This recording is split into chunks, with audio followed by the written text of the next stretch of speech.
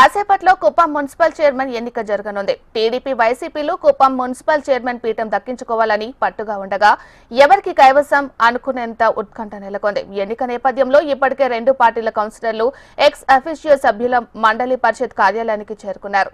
కుప్పంలో టీడీపీకి 10 మంది కౌన్సిలర్లు ఉండగా వైసీపీకి 14 మంది కౌన్సిలర్లు ఉన్నారు.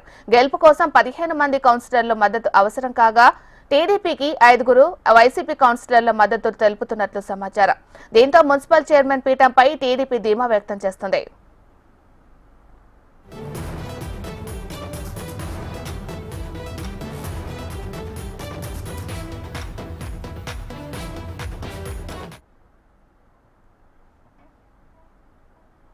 కాసేపట్లో కుప్పం మున్సిపల్ చైర్మన్ ఎన్నిక జరగనుంది. టీడీపీ వైసీపీలు కుప్పం మున్సిపల్ చైర్మన్ పీఠం దక్కించుకోవాలని పట్టుగా ఉండగా ఎవరికి కైవసం అవనుందనే ఉత్కంఠ నెలకొంది. మరి ఇదే అంశానికి సంబంధించి మరింత సమాచారాన్ని మా ప్రతినిధి ప్రవీణ్ అందిస్తారు. ప్రవీణ్.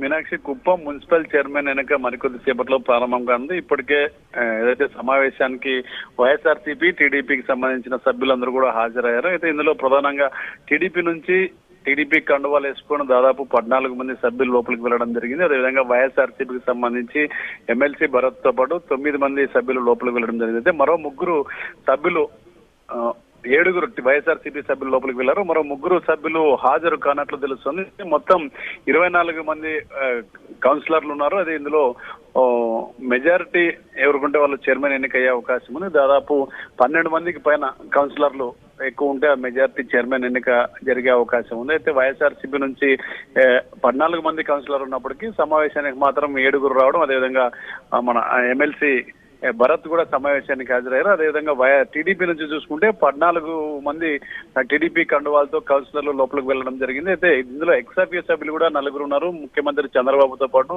ఎంపీ దగ్గుమల్ల ప్రసాదరావు, అదేవిధంగా టీడీపీ ఎమ్మెల్సీ కంచర్ల శ్రీకాంత్, వైఎస్ఆర్సీపీ నుంచి ఎమ్మెల్సీ భరత్ 4 కూడా ఓటు హక్కు వినియోగించుకునే అవకాశం ఉంది. అయితే చంద్రబాబు, ఎంపీ ఇద్దరు కూడా వాళ్ళు స్థానికంగా లేకపోవడం, అదేవిధంగా ఎమ్మెల్సీ భరత్ వచ్చిన నేపథ్యంలో కంచర్ల శ్రీకాంత్ కూడా ఇప్పటివరకు కూడా సమావేశానికి హాజరు కాలేదు. అయితే పూర్తి స్థాయిలో కౌన్సిలర్ల మద్దతుతోనే టీడీపీ చైర్మన్ గిరి కైవసం చేసుకున్న ఒక ధీమా అయితే టీడీపీలో వ్యక్తమవుతుంది. అయితే వైఎస్ఆర్సీపీ విప్ జారీ చేసినప్పుడు కూడా 14 మంది కౌన్సిలర్లు కేవలం 7 మాత్రమే హాజరు కావడం, మిగతా 5 అయితే వైఎస్ఆర్సీపీ నుంచి ఉదయమే టీడీపీ క్యాంపు లేకి చేరుకున్న 5 కౌన్సిలర్తో మొత్తం టీడీపీ బలం 14 చేరింది. 14 మంది కౌన్సిలర్లు హాజరయ్యారు. మిగిలిన 7 వైఎస్ఆర్సీపీ వాళ్ళు హాజరయ్యారు. మొత్తం చూసుకుంటే దాదాపు ఒక 23 మంది వరకు కూడా ఎమ్మెల్సీ శ్రీకాంత్ కలిసి హాజరయ్యారు. దాదాపు 12-13 మంది సభ్యుల మద్దతు ఉంటే చైర్మన్ గిరి గెలుచుకునే అవకాశం ఉంది. ఈ నేపథ్యంలోనే టీడీపీకి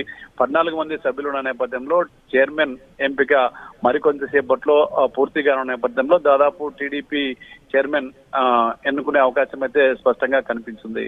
Meenakshi. Right, thank you Praveen.